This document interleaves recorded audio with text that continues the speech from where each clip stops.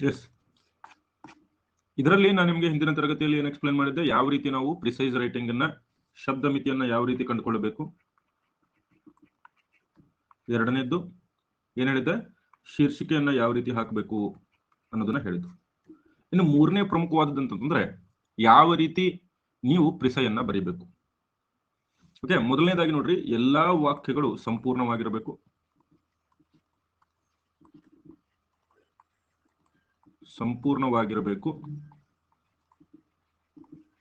ಮತ್ತು ಅರ್ಥಪೂರ್ಣವಾಗಿರ್ಬೇಕು. ನೀವು ಪ್ರಿಸೈ ಬರೀತೀರಿ, ಬಾಕ್ಸ್ ಅಲ್ಲಿ ಬರೀತೀರ ಇಲ್ವೋ, ಸಂಕ್ಷಿಪ್ತವನ್ನ ಬಾಕ್ಸ್ ಅಲ್ಲಿ ಬರೀತೀರಿ. ಬಹಳ ಜನ ಏನ್ ಮಾಡ್ತಾರೆ ಅಂದ್ರೆ ಅದರಲ್ಲಿರೋ ವರ್ಡ್ಸ್ ಗಳನ್ನಷ್ಟೇ ಬರಿತಾ ಹೋಗ್ತಾರೆ, ಆ ವಾಕ್ಯದ ಅರ್ಥ ಇರೋದು. ಸೊ ಹೀಗಾಗಿ ಮೇನ್ ನಾವಿಲ್ಲಿ ಏನು ಗಮನಿಸಬೇಕು, ವಾಕ್ಯಾರ್ಥವನ್ನ ಗಮನಿಸಬೇಕು. ವಾಕ್ಯಾರ್ಥವನ್ನ ನಾವು ಗಮನಿಸಬೇಕಾಗುತ್ತೆ, ಇಲ್ಲಿ ಬಹಳ ಇಂಪಾರ್ಟೆಂಟ್. ಫಾರ್ ಎಕ್ಸಾಂಪಲ್, ಇಲ್ಲಿ ಒಂದಿದೆ ಅಂತ ತಿಳ್ಕೊಳ್ರಿ, ಪ್ರಪಂಚದಲ್ಲಿ ಎಲ್ಲದಕ್ಕಿಂತ ಅಮೂಲ್ಯವಾದದ್ದು ಸ್ವತಂತ್ರ ಅಂತ ಹೇಳಿ.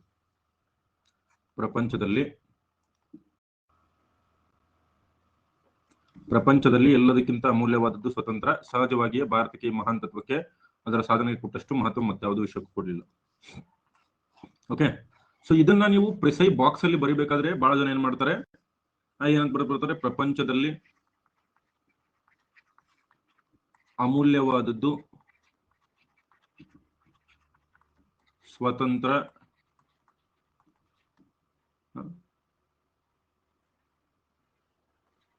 ಮಹತ್ವ ಮತ್ತಾವುದೇ ವಿಷಯಕ್ಕಿಲ್ಲ, ಈ ರೀತಿ ಬರೀತಾರೆ ಫಸ್ಟ್ ಸೆಂಟೆನ್ಸ್ ಬರಿಬೇಕಾದ್ರೆ. ಆದ್ರೆ ಇದನ್ನ ನಾವು ಓದಿದಾಗ ಇದು ಒಂದು ನಿಮಗೆ ಸೆಂಟೆನ್ಸ್ ತರ ಅನಿಸ್ತಾ ಇದೆಯಾ? ನಿಮಗೆ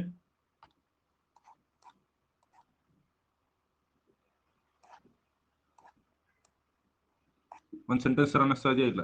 ಅದಕ್ಕೆ ನೀವು ಈ ರೀತಿ ಬರಿಬಾರ್ದು, ರೈಟ್?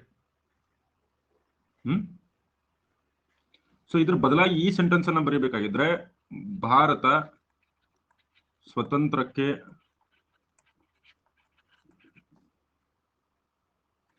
ಕೊಟ್ಟಷ್ಟು ಮಹತ್ವ ಬೇರಾವ ವಿಷಯಕ್ಕೂ ಅಥವಾ ಮತ್ಯಾವ ವಿಷಯಕ್ಕೂ ನೀಡಿಲ್ಲ ಅಂತ ಬರಿಬಹುದು. ಅಂದ್ರೆ ನಾವು ಏನೇ ಬರೆದ್ರೂ ಕೂಡ ಅದರಲ್ಲಿ ಏನಾಗಬೇಕು, ಅಥವಾ ಭಾರತ ಪ್ರಪಂಚದಲ್ಲೇ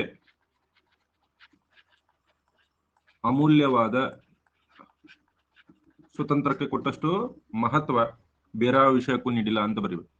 ಅಂದ್ರೆ ಏನು, ಯಾವುದೇ ಒಂದು ಬಾಕ್ಸ್ ಅಲ್ಲಿ ನೀವು ಬರಿಬೇಕಾದ್ರೆ ಪ್ರಿಸೈ ಅದಕ್ಕೆ ಏನಿರಬೇಕು, ಅರ್ಥಪೂರ್ಣವಾಗಿರ್ಬೇಕು, ವಾಕ್ಯಾರ್ಥ ಇರಬೇಕು. ಬರೀ ವರ್ಡ್ ಗಳನ್ನ ಬರೆಯೋದಲ್ಲ. ಅಲ್ಲಿ ಪ್ರಿಸೈಸ್ ಯಾಕೆ ಬರೀತಾರೆ, ನಿಮಗೊಂದು ದೊಡ್ಡ ರಿಪೋರ್ಟ್ ಬಂದಿರ್ತದೆ, PSI ಆಗಿರ್ತೀರಿ ನೀವು, ಒಂದು ರಿಪೋರ್ಟ್, ಒಂದು ಘಟನೆ ನಡೆದಿರ್ತದೆ, ಒಂದು 500 ವರ್ಡ್ ಅಲ್ಲಿ ಇರುತ್ತೆ. ಆದ್ರೆ ನೀವು PSI ಆದವನು ಏನ್ ಮಾಡ್ಬೇಕು, ಈಗ SP ಗೆ ರಿಪೋರ್ಟ್ ಕಳಿಸ್ಬೇಕಾದ್ರೆ 500 ವರ್ಡ್ ಅಲ್ಲಿ ಕಳಿಸ್ಬಾರ್ದು, ಅದನ್ನ ಅಷ್ಟೇ 100 ವರ್ಡ್ ಅಲ್ಲಿ ಕಳಿಸ್ಬೇಕಾಗುತ್ತೆ. ಶಾರ್ಟ್ ನೋಡ್ತಾರೆ. ಅದು ನಿಮ್ಗೆ ಹೆಂಗ್ ಬರಿಬೇಕು ಅನ್ನೋದು ಗೊತ್ತಿರಬೇಕು ಅಂತೇಳಿನ ಇದನ್ನ ಮಾಡಿದ್ದಾರೆ. ಸೊ ಹೀಗಾಗಿ ಆ ಇದಕ್ಕೆ ಏನ್ ಅರ್ಥ ಇದೆ, ಈ ಪ್ಯಾರಾಗ್ರಾಫ್ಗೆ ಎಷ್ಟು ಅರ್ಥ ಇದೆಯೋ ಅಷ್ಟೇ ಅರ್ಥ ನಿಮ್ಮ ಪ್ರಿಸೈಸ್ಗೂ ಕೂಡ ಇರಬೇಕು. ಪ್ಯಾರಾಗ್ರಾಫ್ಗೆ ಇರುವಷ್ಟು ಅರ್ಥ ನಿಮ್ಮ ಪ್ರಿಸೈಸ್ಗೂ ಕೂಡ ಇರಬೇಕು. ನೆಕ್ಸ್ಟ್ 4ನೇದು, ಉದಾಹರಣೆಗಳನ್ನ ಸಂಕ್ಷಿಪ್ತದಲ್ಲಿ ಬರೆಯುವ ಅವಶ್ಯಕತೆ ಇಲ್ಲ. ಲೇಖಕ ಯಾವ್ದಾದ್ರು ಉದಾಹರಣೆ ಕೊಟ್ಟಿರ್ತಾನೆ, ಆ ಉದಾಹರಣೆಗಳನ್ನ ಬರೆಯುವ ಅವಶ್ಯಕತೆ ಇಲ್ಲ, ಅವುಗಳನ್ನ ನೀವು ಎಲಿಮಿನೇಟ್ ಮಾಡಬೇಕು. 5ನೇದು, ಯಾವುದೇ ರೀತಿ ಗಾದೆ ಮಾತು ನುಡಿಗಟ್ಟುಗಳಿದ್ರೆ ಅವನ್ನೂ ಬರೆಯುವ ಅವಶ್ಯಕತೆ ಇಲ್ಲ. ಗಾದೆ ಮಾತು ನುಡಿಗಟ್ಟು ಬರೆಯುವಂತಹ ಅವಶ್ಯಕತೆ ಇಲ್ಲ, ಇದು ಕೂಡ ನಿಮ್ಗೆ ಗೊತ್ತಿರುತ್ತೆ.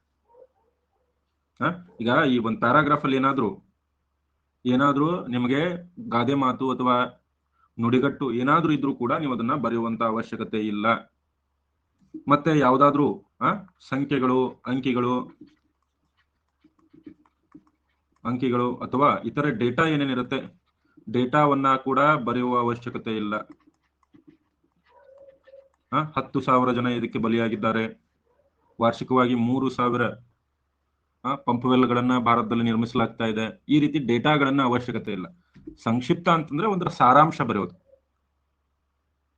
ಆಮೇಲೆ ಬಹಳ ಜನರಿಗೆ ತಪ್ಪು ಏನಿದೆ, ಈ ಪ್ಯಾರಾಗ್ರಾಫ್ ನಲ್ಲಿರುವ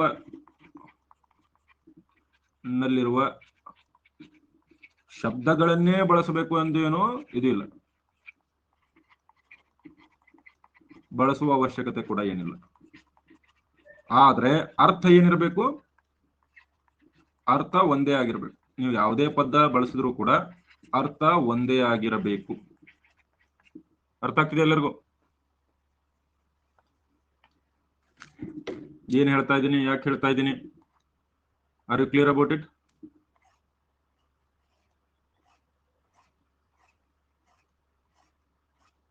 ಎಸ್ ಆರ್ ನೋ?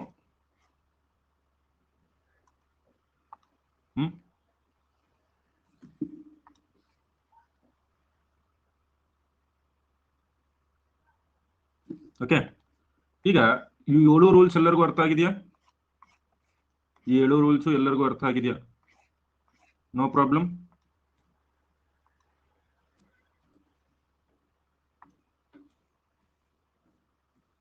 ಈಗ ನೋಡ್ರಿ, ಈ ಸಾರಾಂಶ ಇದೆ.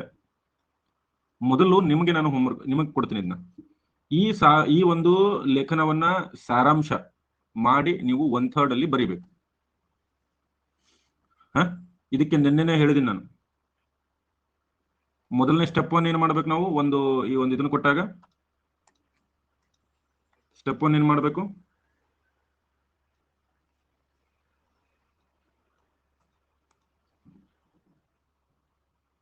ನಿಮ್ಮ ಮುಂದೆ ಸಾರಾಂಶ ಬರೆಯುವಂತ ಒಂದು ವರ್ಕ್ ಅನ್ನ ಕೊಟ್ಟಾಗ ಮೊದಲು ಏನ್ ಮಾಡ್ಬೇಕು ನೀವು? ಮೊದಲನೇ ಕೆಲಸ ಏನು? ಶಬ್ದ ಮಿತಿಯನ್ನ ಕಂಡುಕೊಳ್ಳಬೇಕು. ಇಲ್ಲಿ ನಾವು 1, 4, 9, 14, 24, 29, 34, 40, 39, 44, 48, 54, 59, 63,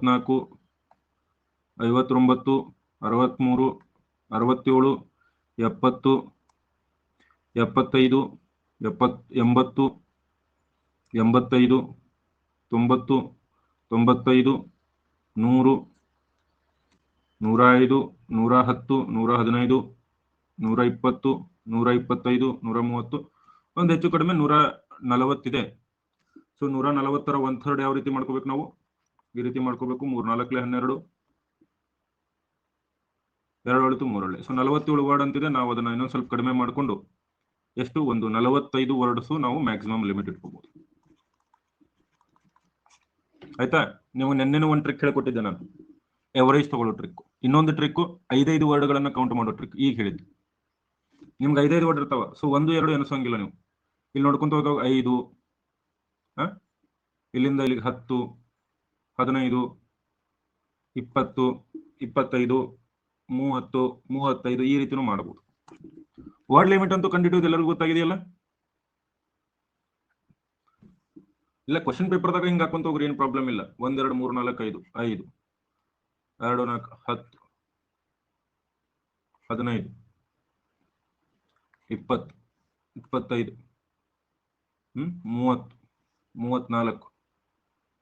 34, 39, 40, 45, 50, 55, 60, 65, 70, 75, 80, 85, 90, 95. ಇಲ್ಲಿ 100, 103, 104, 105, 106, 107, 108, 109, 110, 11, 12, 13, 14, 15, 21, 22, 23, 24, 25, 26, 27, 28, 128. ಸರಿ.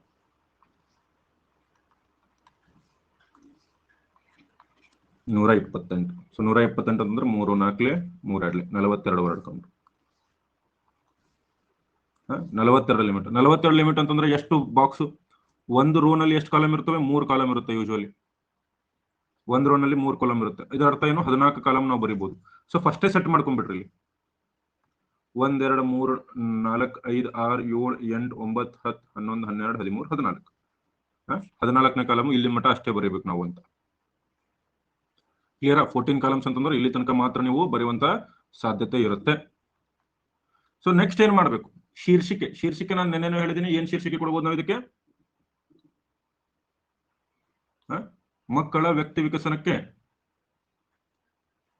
ಅಲ್ಲ ಅಥವಾ ಮಕ್ಕಳ ವ್ಯಕ್ತಿ ವಿಕಸನದಲ್ಲಿ ಹವ್ಯಾಸಗಳ ಪಾತ್ರ ಅಂತೇಳಿ ನಾವು ಶೀರ್ಷಿಕೆ ಕೊಡಬಹುದು. ಮಕ್ಕಳ ವ್ಯಕ್ತಿ ವಿಕಸನದಲ್ಲಿ ಹವ್ಯಾಸಗಳ ಪಾತ್ರ ನಮ್ಮ ಶೀರ್ಷಿಕೆ ಇದೆ. ಸೊ ಇಲ್ಲಿಂದ ನಾವು ಪ್ರಿಸೈಸ್ ಸ್ಟಾರ್ಟ್ ಮಾಡ್ತೀವಿ. ನೀವು ಮೊದಲನೇ ಸಲ ಓದುವಾಗ ಇಂಪಾರ್ಟೆಂಟ್ ವರ್ಡ್ಗಳನ್ನ ನೀವೇನ್ ಮಾಡ್ರಿ, ಅಂಡರ್ಲೈನ್ ಮಾಡ್ಕೋಬೇಕು. ಇಲ್ಲಿ ನೋಡ್ರಿ, ಆರೋಗ್ಯಕರ ಜೀವನ ಶೈಲಿಗೆ ಹವ್ಯಾಸಗಳು, ವ್ಯಕ್ತಿ ವಿಕಸನಕ್ಕೆ ಸಕಾರಾತ್ಮಕ ಕೊಡುಗೆ, ಹೊಸತನ್ನ ಕಲಿಯುವ ಅವಕಾಶ. ರೈಟ್, ಇವೆಲ್ಲ ಪ್ರಶ್ನೆಗಳು, ಸ್ಟೇಟ್ಮೆಂಟ್ಗಳನ್ನೆಲ್ಲ ಬರೀಬೇಡ್ರಿ. ಓಕೆ, ಸೊ ಪೋಷಕರಾಗಿ ಉತ್ತಮ ಹವ್ಯಾಸಗಳನ್ನ ಬೆಳೆಸಲು ಹೆಚ್ಚು ಅವಕಾಶಗಳನ್ನ ಕಲ್ಪಿಸಿಕೊಡ್ಬೇಕು. ಇಲ್ಲಿ ಯಾವ್ಯಾವು? ಕಲೆ ಮತ್ತು ಕರಕುಶಲ ವಸ್ತುಗಳು ಏನ್ ಮಾಡ್ತವೆ? ಸೃಜನಶೀಲತೆಯನ್ನ ಪೋಷಿಸುತ್ತವೆ, ಪೋಷಿಸಿ ತಾಳ್ಮೆ ಮತ್ತು ಏಕಾಗ್ರತೆಯನ್ನ ಬೆಳೆಸುತ್ತವೆ. ಆಮೇಲೆ ಪ್ರತಿಯೊಬ್ಬರಿಗೂ ಸಂಗೀತದ ಅಗತ್ಯವಿದೆ, ಸ್ವಾಭಾವಿಕವಾಗಿ ಒಲವಿರುತ್ತದೆ. ಸಂಗೀತವನ್ನ ಪೋಷಿಸುವುದರಿಂದ ಒಟ್ಟಾರೆ ಬೆಳವಣಿಗೆ ಮೇಲೆ ಪರಿಣಾಮ ಬೀರುತ್ತದೆ. ರೈಟ್, ಮಕ್ಕಳು ಗ್ಯಾಜೆಟ್ ಸ್ನೇಹಿ ವಾತಾವರಣದಲ್ಲಿ ಬೆಳೆಯುತ್ತಿದ್ದಾರೆ. ಜೀವನ ಶೈಲಿ ಕಾಯಿಲೆಗಳನ್ನ ದೂರವರಿಸಲು ನಾವೇನ್ ಮಾಡಬೇಕು? ನೃತ್ಯದಂತ ಚಟುವಟಿಕೆಗಳಲ್ಲಿ ತೊಡಗಿಸಿಕೊಳ್ಳುವಂತೆ ಮಾಡಬೇಕು. ಮಕ್ಕಳನ್ನ ಆರೋಗ್ಯವಾಗಿಡಲು ಎಲ್ಲಾ ನೃತ್ಯ ಪ್ರಕಾರಗಳು ಸಹಾಯ ಮಾಡುತ್ತವೆ. ಅದರ ರಚನಾತ್ಮಕ ಶಿಸ್ತುಬದ್ಧ ಅದ್ಭುತವನ್ನ ಶಾಸ್ತ್ರೀಯ ರೂಪವೇ ನೀಡುತ್ತದೆ. ಯಾವ್ಯಾವ ಇಂಪಾರ್ಟೆಂಟ್ ವರ್ಡ್ಸ್ ಇದೆ ಆ ಎಲ್ಲ ಇಂಪಾರ್ಟೆಂಟ್ ವರ್ಡ್ಗಳನ್ನು ನೀವೇನ್ ಮಾಡಬೇಕು? ಅಂಡರ್ಲೈನ್ ಮಾಡ್ಕೊಂಡ್ರೆ ಇನ್ನೂ ಒಳ್ಳೆಯದು. ಅಂಡರ್ಲೈನ್ ಮಾಡ್ಕೊಂಡ್ರೆ ಏನು ಇನ್ನೂ ಕೂಡ ಹೆಚ್ಚು ಒಳ್ಳೆಯದು ಅಂತ ಹೇಳ್ಬೋದು. ಅರ್ಥ ಆಗ್ತಿದೆಯಾ ಯಾಕೆ ಅಂಡರ್ಲೈನ್ ಮಾಡಬೇಕು ಅಂತ ಹೇಳಿ? ಯಾಕಂದ್ರೆ ಅಂಡರ್ಲೈನ್ ಮಾಡಿದಾಗ ನಿಮ್ಗೆ ಏನು ಗೊತ್ತಾಗುತ್ತೆ? ಏನ್ ಬರಿಬೇಕು, ಯಾವ್ಯಾವ ಪಾಯಿಂಟ್ಗಳನ್ನ ಮಿಸ್ ಮಾಡ್ಲೇಬಾರದು ಅನ್ನೋದು ಗೊತ್ತಾಗುತ್ತೆ. ಸೊ ಫಸ್ಟ್ ಲೈನ್ ಹೇಳ್ರಿ ನನಗೆ, ಫಸ್ಟ್ ಸೆಂಟೆನ್ಸ್ ಈ ಪ್ರಿಸೈನಲ್ಲಿ.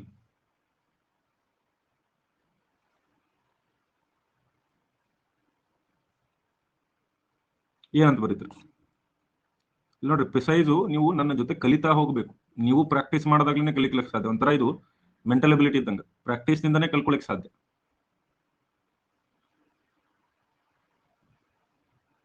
ಹೇಳ್ರಿ, ಏನ್ ಬರೀತೀರಿ? ಫಸ್ಟ್ ವರ್ಡ್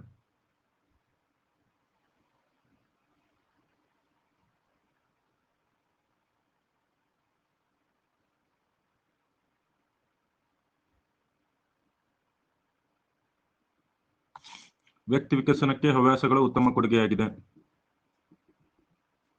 ಮಾಡ್ತೀನಿ ಅರ್ಜುನ್, ಮಾಡೋಣ. ಪೋಷಕರಿಗೆ ಹೋಗ್ಬಿಟ್ರಿ ನೀವು ಡೈರೆಕ್ಟ್.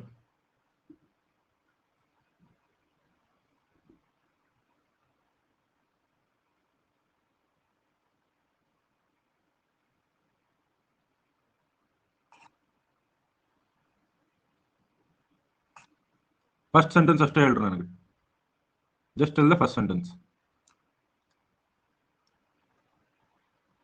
ಓಕೆ, ಸೊ ನೀವೇನು ಬರಿಬಹುದು ಇವಾಗ? ಆರೋಗ್ಯಕರ ಚಳಿಗೆ ಹವ್ಯಾಸಗಳು ಮುಖ್ಯ, ವ್ಯಕ್ತಿ ವಿಕಸನಕ್ಕೆ ಸಕಾರಾತ್ಮಕ ಕೊಡುಗೆ ನೀಡುತ್ತೆ. ನೋಡ್ರಿ, ಕೆಲವೊಂದ್ ಸರ್ತಿ ನೀವು 2 ಸೆಂಟೆನ್ಸ್ ಗಳನ್ನ ಜೋಡಿಸಬಹುದು. ಇಲ್ಲ ಏನ್ ಮಾಡ್ತೀನಿ, ಆರೋಗ್ಯಕರ ಜೀವನ ಶೈಲಿಗೆ ಮತ್ತು ಬಳಸಬೇಡ್ರಿ, ಒಂದು ವರ್ಡ್ ವೇಸ್ಟ್ ಆಗುತ್ತೆ, ಕಾಮ ಹಾಕ್ಬಿಡುದು. ಆರೋಗ್ಯಕರ ಜೀವನ ಶೈಲಿಗೆ ಕಮ ಮಕ್ಕಳ ವ್ಯಕ್ತಿ ವಿಕಸನಕ್ಕೆ ಹವ್ಯಾಸಗಳು ಮುಖ್ಯ. ಇಷ್ಟೇ. ಏನಂತ ಬರೆಯೋದು ನಾವು? ಆರೋಗ್ಯಕರ ಜೀವನ ಶೈಲಿಗೆ ಕಮ ಮಕ್ಕಳ ವ್ಯಕ್ತಿ ವಿಕಸನಕ್ಕೆ ಹವ್ಯಾಸಗಳು ಮುಖ್ಯದಲ್ಲಿ ಒಂದ್ ಸ್ವಲ್ಪ ಮುಖ್ಯವಾಗಿವೆ ಅಂತ ಬರೆದ್ರೆ ಇನ್ನೂ ಓಕೆ. ಅರ್ಥ ಬರ್ತಾ ಇದೆಯಾ ಈ ಸೆಂಟೆನ್ಸ್ಗೆ?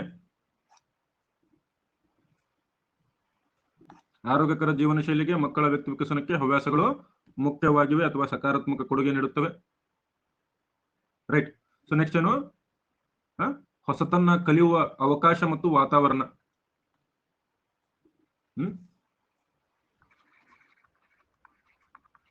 ಹೊಸತನ್ನ ಕಲಿಯುವ ಅವಕಾಶ ಕಮ ವಾತಾವರಣವನ್ನ ಒದಗಿಸುತ್ತವೆ. ನೆಕ್ಸ್ಟ್, ಉತ್ತಮ ಹವ್ಯಾಸಗಳನ್ನು ಬೆಳೆಸಲು ಪೋಷಕರಾಗಿ ಏನ್ ಮಾಡಬೇಕು?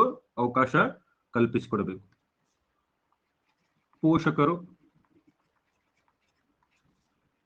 ಹವ್ಯಾಸಗಳನ್ನ ಕಲಿಯುವ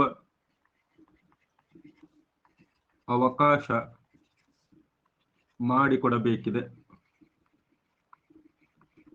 ನೋಡ್ರಿ, ಪ್ರತಿಯೊಂದು ಸೆಂಟೆನ್ಸ್ಗೂ ಕೂಡ ಅರ್ಥ ಇರಬೇಕು. ಆರೋಗ್ಯಕರ ಜೀವನ ಶೈಲಿಗೆ ಮತ್ತು ಮಕ್ಕಳ ವ್ಯಕ್ತಿ ವಿಕಸನಕ್ಕೆ ಹವ್ಯಾಸಗಳು ಮುಖ್ಯವಾಗಿವೆ. ಹೊಸತನ್ನ ಕಲಿಯುವ ಅವಕಾಶ ಮತ್ತು ವಾತಾವರಣವನ್ನ ಒದಗಿಸುತ್ತವೆ. ಪೋಷಕರು ಹವ್ಯಾಸವನ್ನ ಕಲಿಯುವ ಅವಕಾಶ ಮಾಡಿಕೊಡಬೇಕಾಗಿದೆ ಅಥವಾ ಒದಗಿಸಿಕೊಡಬೇಕಾಗಿದೆ,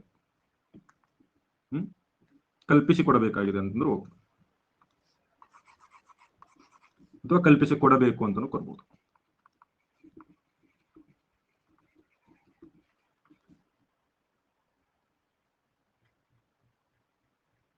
ರೈಟ್, ಕರ್ತ ಆಗ್ತೀಯಾ? ನೆಕ್ಸ್ಟ್ ಏನ್ ಮಾಡಿದ್ವಿ? ಕಲೆ ಮತ್ತು ಕರಕುಶಲ ವಸ್ತುಗಳು ಏನ್ ಮಾಡ್ತವೆ? ಸೃಜನಶೀಲತೆಯನ್ನ ಪೋಷಿಸಲು ವೇದಿಕೆ ನೀಡುತ್ತವೆ. ಕಲೆ ಮತ್ತು ಕರಕುಶಲ ವಸ್ತುಗಳು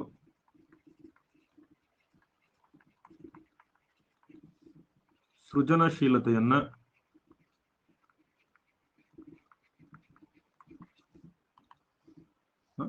ಪೋಷಿಸುತ್ತವೆ.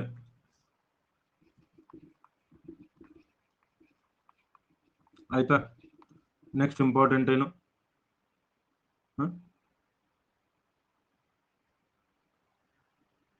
ಸೃಜನಶೀಲತೆ, ತಾಳ್ಮೆ ಮತ್ತು ಏಕಾಗ್ರತೆ ಅಂತ ಬರೀರಿ. ಸೃಜನಶೀಲತೆ, ತಾಳ್ಮೆ,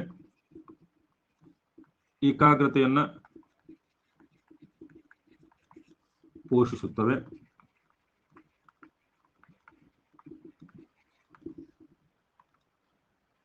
ಮುಂದೆ ಬೆಳೆಸಲು ಸಹಾಯ ಮಾಡುತ್ತೆ. ಪ್ರತಿಯೊಬ್ಬರು ಜೀವನದಲ್ಲಿ ಒಂದು ಸಮಯದಲ್ಲಿ ಸಂಗೀತದ ಅಗತ್ಯವಿದೆ. ಮಕ್ಕಳು ಹುಟ್ಟಿನಿಂದಲೇ ಸ್ವಾಭಾವಿಕವಾಗಿ ಸಂಗೀತದತ್ತ ಒಲವು ತೋರುತ್ತಾರೆ. ಮಕ್ಕಳು ಸ್ವಾಭಾವಿಕವಾಗಿಯೇ ಏನ್ ಮಾಡ್ತಾರೆ? ಸಂಗೀತದತ್ತ ಒಲವು ತೋರುತ್ತಾರೆ. ಸಂಗೀತದತ್ತ ಒಲವು ತೋರುತ್ತಾರೆ ಸ್ವಾಭಾವಿಕವಾಗಿಯೇ. ರೈಟ್. ಗ್ಯಾಜೆಟ್ ಸ್ನೇಹಿ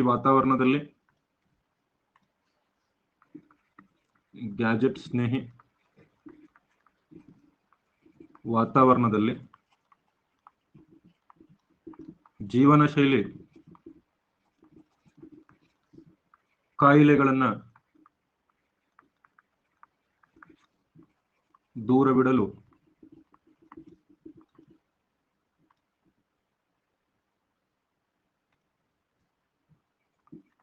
ನೃತ್ಯದಲ್ಲಿ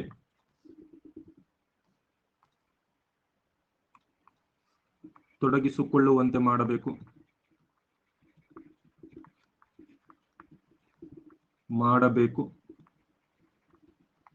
ಇಂಪಾರ್ಟೆಂಟ್ ಪಾಯಿಂಟ್ ಎಲ್ಲ ಕವರ್ ಮಾಡಬೇಕು.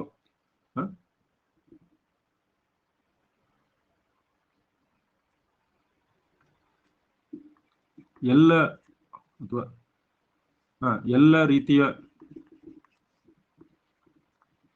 ನೃತ್ಯ ಪ್ರಕಾರಗಳು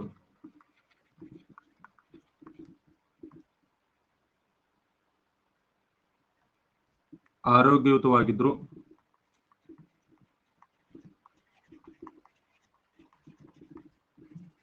ಶಾಸ್ತ್ರೀಯ ರೂಪ ರಚನಾತ್ಮಕ ಶಿಸ್ತುಬದ್ಧವಾಗಿದೆ.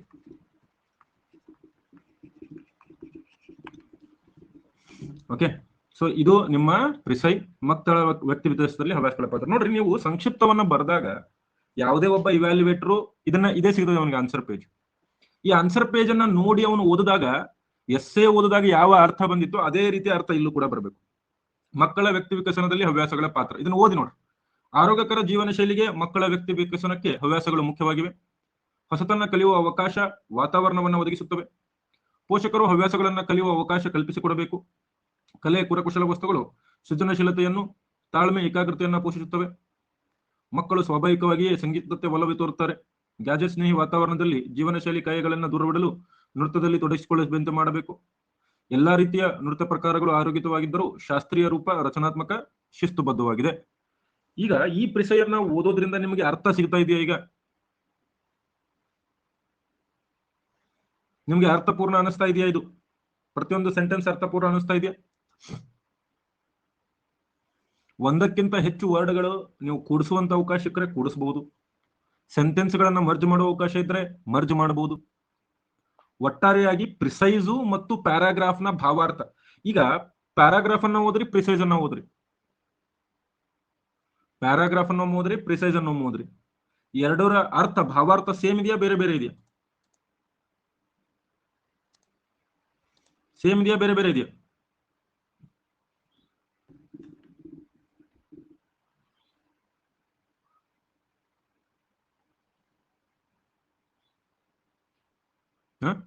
ಇದೇ ರೀತಿಯಾಗಿ ನೀವು ಕೂಡ ಪ್ರಿಸೈ ಬರೆಯಬೇಕು. ಅರ್ಥ ಸೇಮ್ ಇರಬೇಕು, ಬಹಳ ಇಂಪಾರ್ಟೆಂಟ್ ಆಗುತ್ತೆ. ಪ್ರಿಸೈ ಸೆಂಟೆನ್ಸ್ ಫಾರ್ಮೇಶನ್ ಸಂಪೂರ್ಣವಾಗಿರ್ಬೇಕು, ಅದು ಕೂಡ ಬಹಳ ಇಂಪಾರ್ಟೆಂಟು.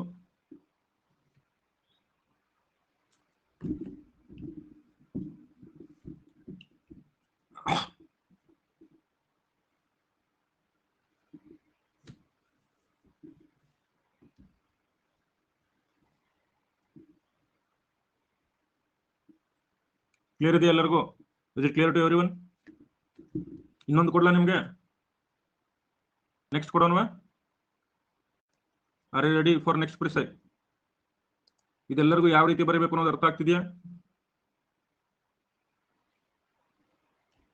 ಸುಮ್ನೆ ಬರಿಬಾರ್ದು, ಅರ್ಥಪೂರ್ಣವಾದಂತಹ ಒಂದು ಸಾರಾಂಶವನ್ನ ಬರೀಬೇಕು. ಈಗ ಇದಕ್ಕೆ ಬರೀರಿ.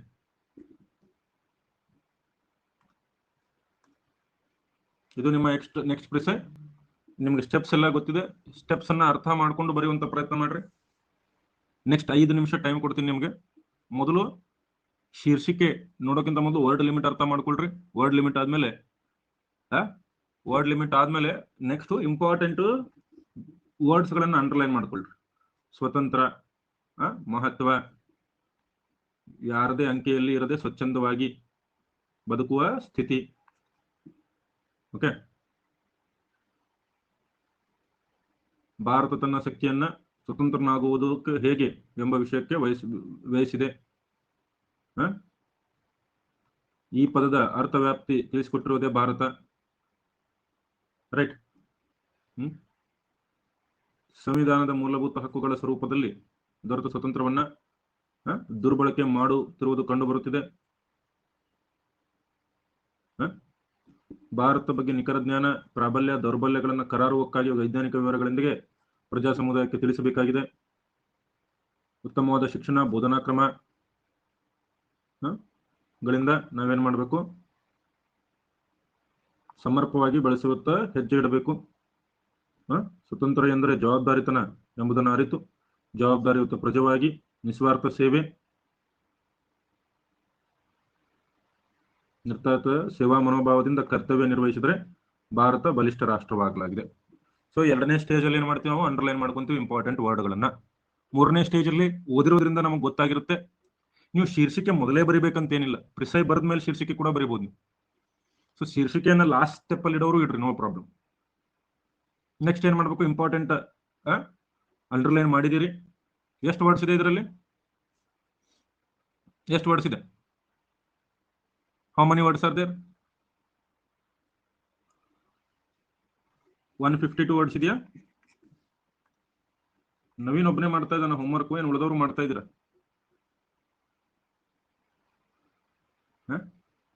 150 ಹಿಡಿಯೋಣ. 1/3 ಅಂತಂದ್ರೆ ನಿಮ್ದು ಮ್ಯಾಕ್ಸಿಮಮ್ 48 ವರ್ಡ್ಸ್ ತಗೊಳ್ರಿ. 48 ವರ್ಡ್ಸ್ ಲಿಮಿಟ್ ಅಲ್ಲಿ ಬರ್ಕೊಂಡು ಮಾಡಿ ನೋಡು.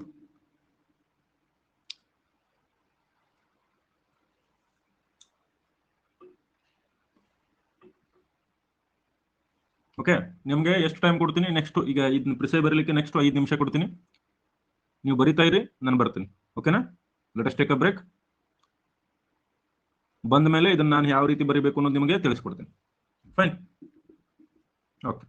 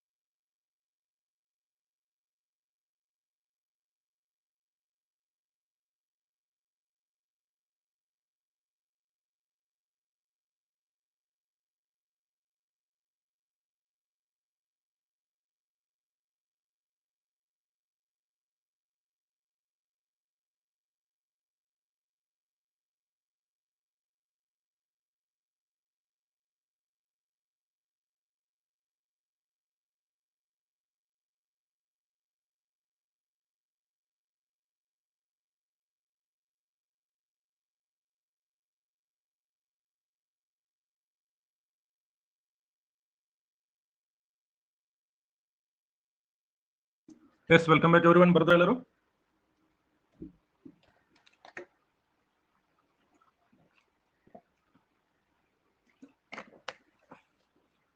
ಯಾರ್ಯಾರು ಬರ್ತಿದ್ದೀರಿ? ಯಾರ್ಯಾರು ಬರ್ತಿದ್ದೀರಿ?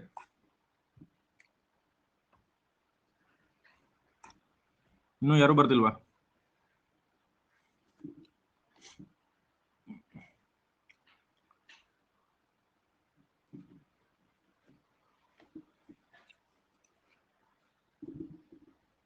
ಯಾರಾದ್ರೂ ಇದಿರೋ ಇಲ್ವೋ ಕ್ಲಾಸಲ್ಲಿ ಅಮೂಲ್ಯ ಅವ್ರನ್ನ ಬಿಟ್ಟು?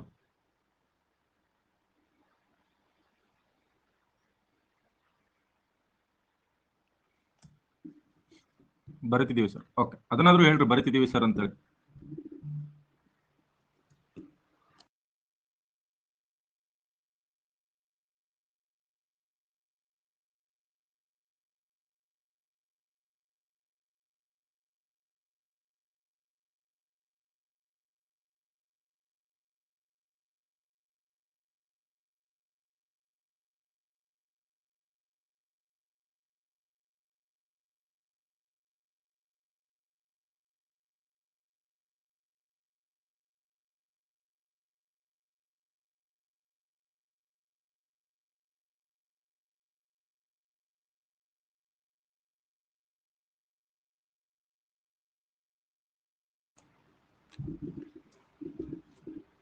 ನಾನು ನಿಮ್ಗೆ ಪ್ರಿಸೈಸ್ ಬರೆಯೋದು ಕಲಿಸ್ಬೇಕು ಅಂತ ಎಕ್ಸ್ಟ್ರಾ ಕ್ಲಾಸ್ ಹಾಕಿದ್ರೆ ನೀವು ಇಷ್ಟು ವೀಕ್ ಆಗಿ ನಿರಾಸಕ್ತಿ ತೋರ್ಸಕ್ ಶುರು ಮಾಡಿದ್ರೆ ನಾನು ಕ್ಲಾಸ್ ಎಕ್ಸ್ಟ್ರಾ ಹಾಕೊಳ್ಳೋದೇ ಇಲ್ಲ ನೋಡ್ರಿ.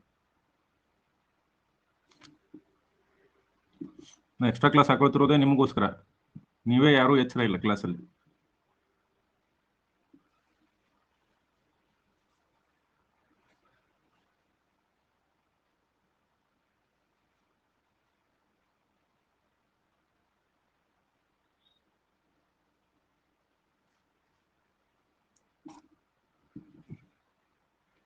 ಓಕೆ, ನಾನು ಬರ ತೋರಿಸ್ಲಾ?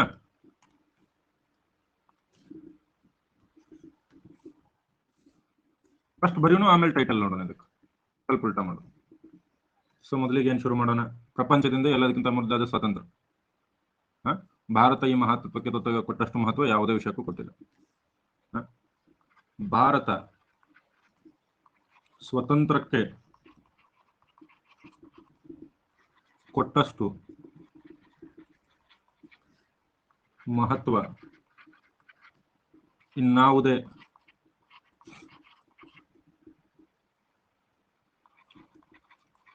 ವಿಷಯಕ್ಕೂ ಅಥವಾ ಇನ್ನಾವುದಕ್ಕೂ ನೀಡಿಲ್ಲ ಅಂತಲೂ ಬರೆದ್ರು. ಒಂದು ವರ್ಡ್ ಉಳಿತಿದೆ, ಇನ್ನಾವುದಕ್ಕೂ ನೀಡಿಲ್ಲ ಅಥವಾ ಕೊಟ್ಟಿಲ್ಲ ಅಂತೇಳಿ ಬರೀಬಹುದು. ಕೊಡಲಿಲ್ಲ, ಕೊಟ್ಟಿಲ್ಲ, ರೈಟ್.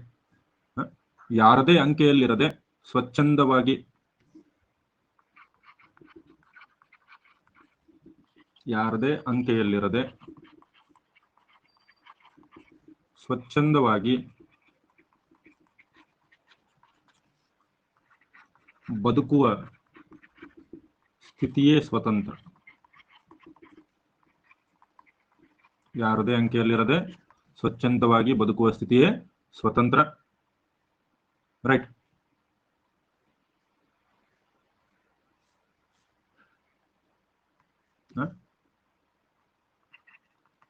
ಸ್ವತಂತ್ರದ ಅರ್ಥವ್ಯಾಪ್ತಿಯನ್ನ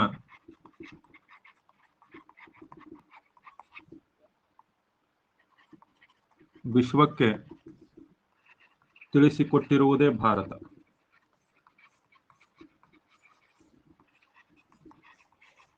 ತಿಳಿಸಿಕೊಟ್ಟಿರುವುದೇ ಭಾರತ. ನೋಡ್ರಿ, ಯಾವುದು ಇಂಪಾರ್ಟೆಂಟ್ ಪಾಯಿಂಟ್ ಅನ್ನ ನೀವು ಮಾಡಬಾರ್ದು. ಓಕೆ,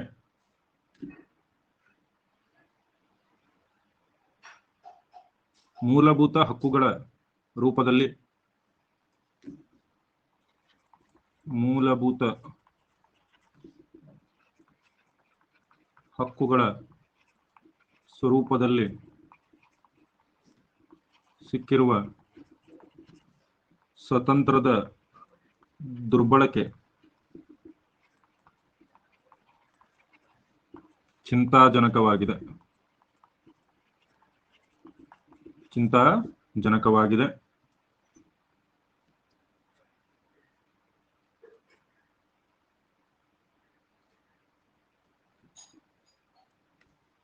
ಭಾರತದ ಬಗ್ಗೆ ನಿಖರ ಜ್ಞಾನ, ಪ್ರಾಬಲ್ಯ,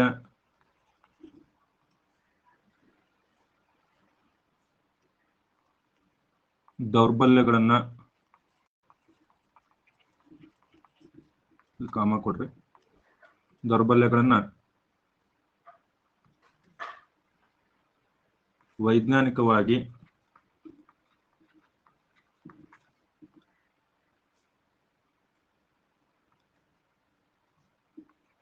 ಕರಾರುವಕ್ಕಾಗಿ ಪ್ರಜಾ ಸಮುದಾಯಕ್ಕೆ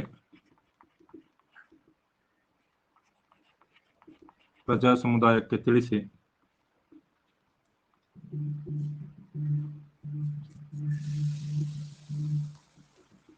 ಸದುಪಯೋಗ ಪಡೆಯಬೇಕಿದೆ. ನೋಡ್ರಿ, ಪ್ರತಿಯೊಂದು ಸೆಂಟೆನ್ಸ್ ನಲ್ಲೂ ಮೀನಿಂಗ್ ಇರಬೇಕು ಅಂತ ಹೇಳ್ತಾ ಇದ್ದೀನಿ ನಾನು. ಇಲ್ಲಿ ನೋಡ್ರಿ, ಭಾರತ ಬಗ್ಗೆ ನಿಖರ ಜ್ಞಾನ, ಪ್ರಾಬಲ್ಯ, ದೌರ್ಬಲ್ಯಗಳನ್ನು ವೈಜ್ಞಾನಿಕವಾಗಿ ಕರಾರುವಕ್ಕಾಗಿ ಪ್ರಜಾ ಸಮುದಾಯಕ್ಕೆ ತಿಳಿಸಿ ಸದುಪಯೋಗ ಪಡೆಯಬೇಕಿದೆ. ಇದಕ್ಕೆ ಅರ್ಥ ಸಿಗ್ತಿದ್ಯಾ? ಅರ್ಥ ಬರ್ತಿದ್ಯಾ? ಇದಕ್ಕೆ ಪ್ರತಿಯೊಂದು ವರ್ಡ್ಗೂ ಕೂಡ ಅರ್ಥ ಸಿಗ್ತಾ ಇದೆಯಾ?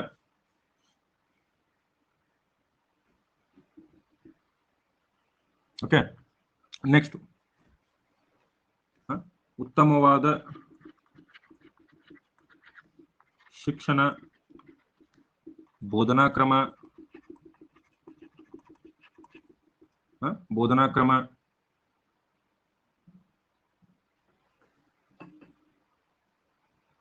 ಬಳಸಿ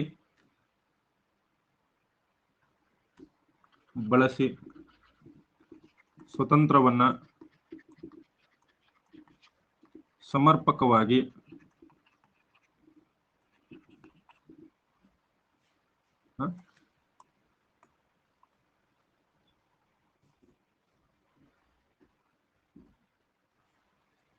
ಸಮರ್ಪಕವಾಗಿ ಬಳಸಿಕೊಳ್ಳಬೇಕಿದೆ.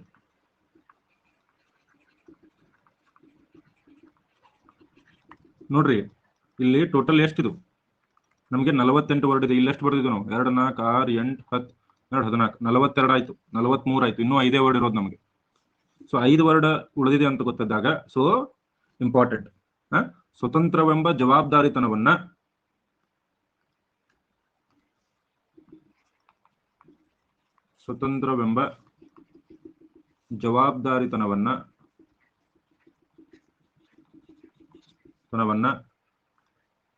ನಿಸ್ವಾರ್ಥ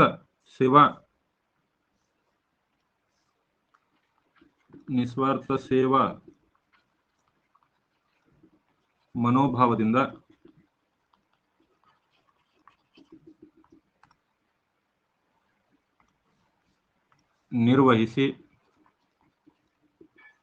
ನಿರ್ವಹಿಸಬೇಕಿದೆ ಅಂತ ಬರೆದ್ರು ಸಾಕು. ಇಲ್ಲಿಗೆ ನಮ್ದು ಎಷ್ಟಾಯ್ತು? 48 ವರ್ಡ್ ಟಾರ್ಗೆಟ್ ಇತ್ತು. ಇಲ್ಲಿ 48 ವರ್ಡ್ಸ್ ಆದವಲ್ಲ ಇಲ್ಲಿ. Yes sir. ಇದಕ್ಕೆ ಶೀರ್ಷಿಕೆ ಏನು ಈಗ ಹೇಳ್ರಿ ನೋಡೋಣ. ಶೀರ್ಷಿಕೆ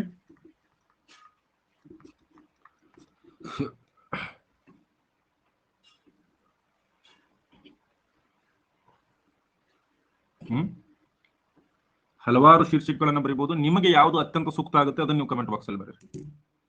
ನಿಮಗೆ ಅತ್ಯಂತ ಸೂಕ್ತವಾದ ಶೀರ್ಷಿಕೆ ಯಾವ್ದು ಅನ್ಸುತ್ತೆ ಅದನ್ನ ಬರೀರಿ.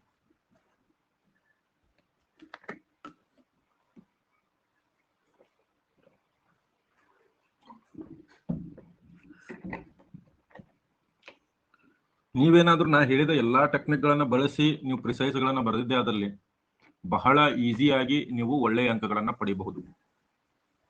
Very easily can do that.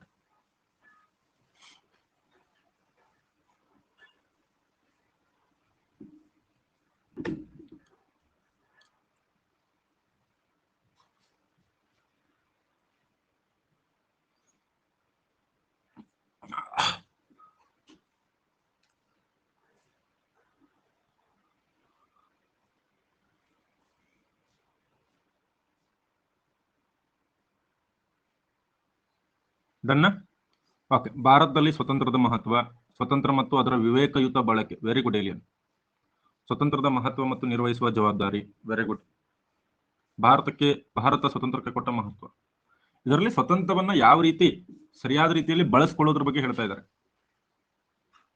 So ಹೀಗಾಗಿ ಭಾರತ ಸ್ವತಂತ್ರಕ್ಕೆ ಕೊಟ್ಟ ಮಹತ್ವ ಇಂಪಾರ್ಟೆಂಟ್ ಅಲ್ಲ, ಇಲ್ಲಿ ಸ್ವತಂತ್ರವನ್ನ ಯಾವ ರೀತಿ ಬಳಸ್ಕೊಳ್ಬೇಕು ಅನ್ನೋದು ಇಂಪಾರ್ಟೆಂಟ್. ಸೊ ಅದ್ರ ಬಗ್ಗೆ ಗಜಾನನ್ ಅವರೇ ಅದ್ರ ಬಗ್ಗೆ ನಿಮ್ಮ ಟೈಟಲ್ ಇರಲಿ. ಸ್ವತಂತ್ರದ ಪರಿಕಲ್ಪನೆ ಹೇಳಿಲ್ಲ ಹೆಚ್ಚಾಗಿ. ಜವಾಬ್ದಾರಿತ ಪ್ರಭುತ್ವದಲ್ಲಿ ಸ್ವತಂತ್ರದ ಪಾತ್ರ. Very good. ಸಂಗು ಚೆನ್ನಾಗಿ ಬರೆದಿದ್ದಾರೆ. ಉಳಿದವರು ಕೂಡ ಅದೇ ಲೈನಲ್ಲಿ ಥಿಂಕ್ ಮಾಡ್ರಿ. ಬೇಕಾದ್ರೆ ಸ್ವತಂತ್ರ ಹಕ್ಕಲ್ಲ, ಪ್ರಜೆಗಳ ಜವಾಬ್ದಾರಿ ಅಂತ ಹೇಳಿ ಬರೀಬಹುದು. ಓಕೆ. ಸ್ವತಂತ್ರದ ಸದ್ಬಳಕೆ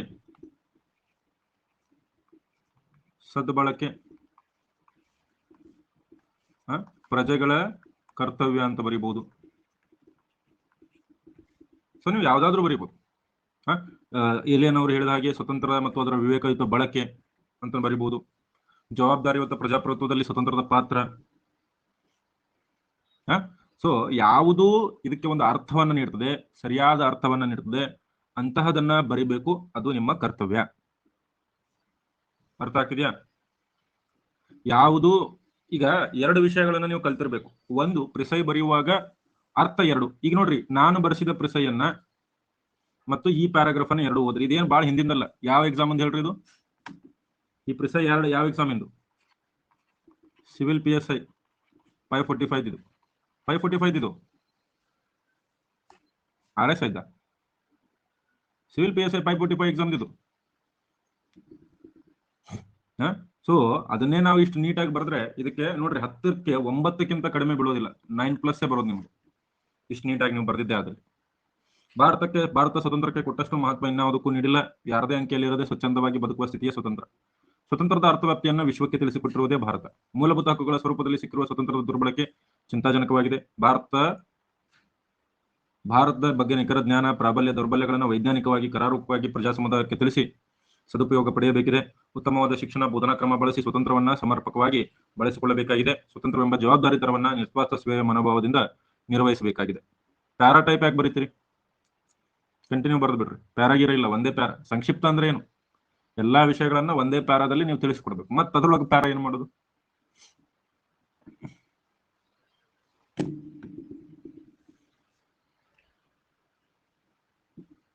ಅರ್ಥ ಆಗ್ತಿದೆ ಎಲ್ಲರಿಗೂ? Is it clear to everyone?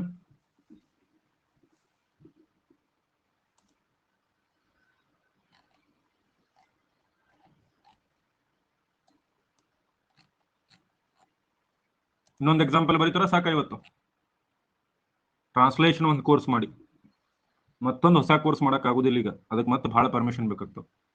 ಬೇಕಾದ್ರೆ ಇದೇ ಕೋರ್ಸಲ್ಲಿ ಎಸ್ ಎ ಮುಗಿದ್ಮೇಲೆ ಟ್ರಾನ್ಸ್ಲೇಷನ್ ಮಾಡೋಣ ಅಂತ ಬೇಕಾದ್ರೆ. ಓಕೆ, ಅದನ್ನು ಬೇಕಾದ್ರೆ ಸ್ವಲ್ಪ ಪ್ರಾಕ್ಟೀಸ್ ಮಾಡಿಸ್ತೀನಿ. ಇನ್ನೊಂದು ಬರೀತೀರಾ?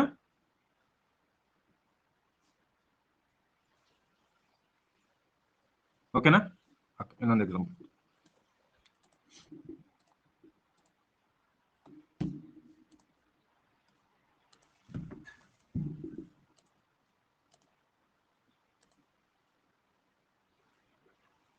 ಆಲ್ರೆಡಿ ಬರೆದಿದ್ರಲ್ಲ ಇದನ್ನು, ಬೇರೆ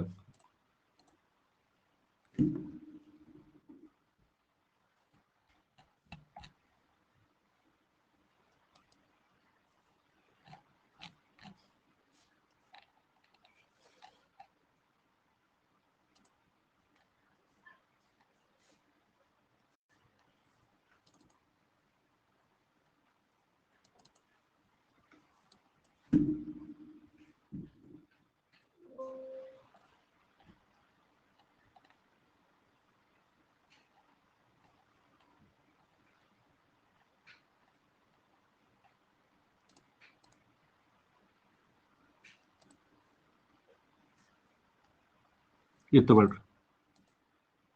ಇದರ ಪ್ರಶ್ನೆಯನ್ನ ಬರೀರಿ.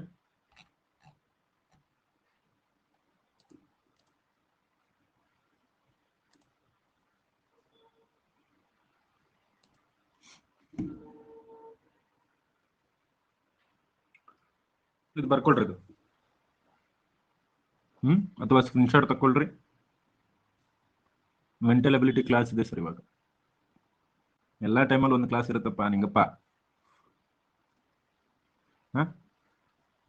ಇಲ್ಲಾಂದ್ರೆ ಒಂದು ಕೆಲಸ ಮಾಡ್ರಿ, ಇದನ್ನ ಸ್ಕ್ರೀನ್ಶಾಟ್ ಹೊಡ್ಕೊಳ್ರಿ, ಹೋಮ್ವರ್ಕ್ ಮಾಡ್ಕೊಂಬರ್ರಿ ಅಷ್ಟೇ.